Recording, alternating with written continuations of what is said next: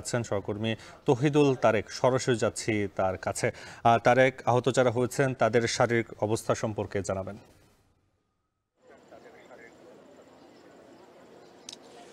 নাফি, যে বিষয়টা আপনি উল্লেখ করেছেন যে আজ দুপুর 12:30 নাগাদ ঢাকা মাওয়া এক্সপ্রেসওয়েতে একটি মর্মান্তিক সড়ক দুর্ঘটনায় একই পরিবারের 3 জন সহ মোট 4 জনের মৃত্যু ঘটেছে।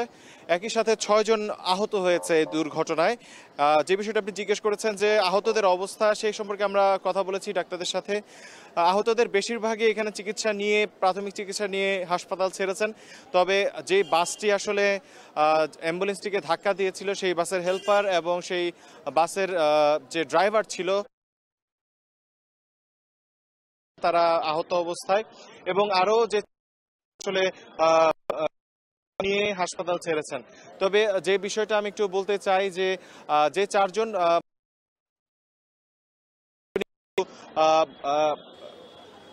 দুজনই কিন্তু পুরুষ এবং একজন মহিলা ছিলেন, এবং একজন যে অ্যাম্বুলেন্সটি ছিল সেই অ্যাম্বুলেন্সের চালক কিন্তু নিহত হয়েছেন।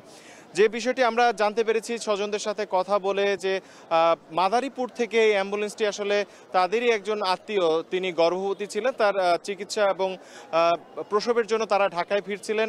এমন সময় অ্যাম্বুলেন্সটি আসলে তার একটি চাক্কা ব্রাস্ট হলে রাস্তাতেই আসলে তারা সেই চাকার মেরামতের কাজ করছিলেন। ঠিক এমন সময় পেছন থেকে আসা একটি দ্রুতগতির বাস তাদের সেই অ্যাম্বুলেন্সে ধাক্কা দেয়, এবং ঘটনাস্থলেই কিন্তু তখন 4 জনের মৃত্যু হয় এবং একই সাথে 6 জন সেখানে আহত হয়। আত্মীয়রা, স্বজনরা আমাদেরকে এই বিষয়টি জানিয়েছেন যে যিনি গর্ভবতী ছিলেন তিনি বেঁচে আছেন। তবে অন্য যারা যে স্বজনরা ছিলেন তাদের মধ্যে একই পরিবারের 3 জন, এবং অ্যাম্বুলেন্সের যে চালক ছিল সেই চালক কিন্তু সেখানেই ঘটনাস্থলে মৃত্যুবরণ করেন। এই ছিল আমার কাছে সর্বশেষ। তারেক যুক্ত ছিলেন ঢাকা মেডিকেল কলেজ হাসপাতাল থেকে।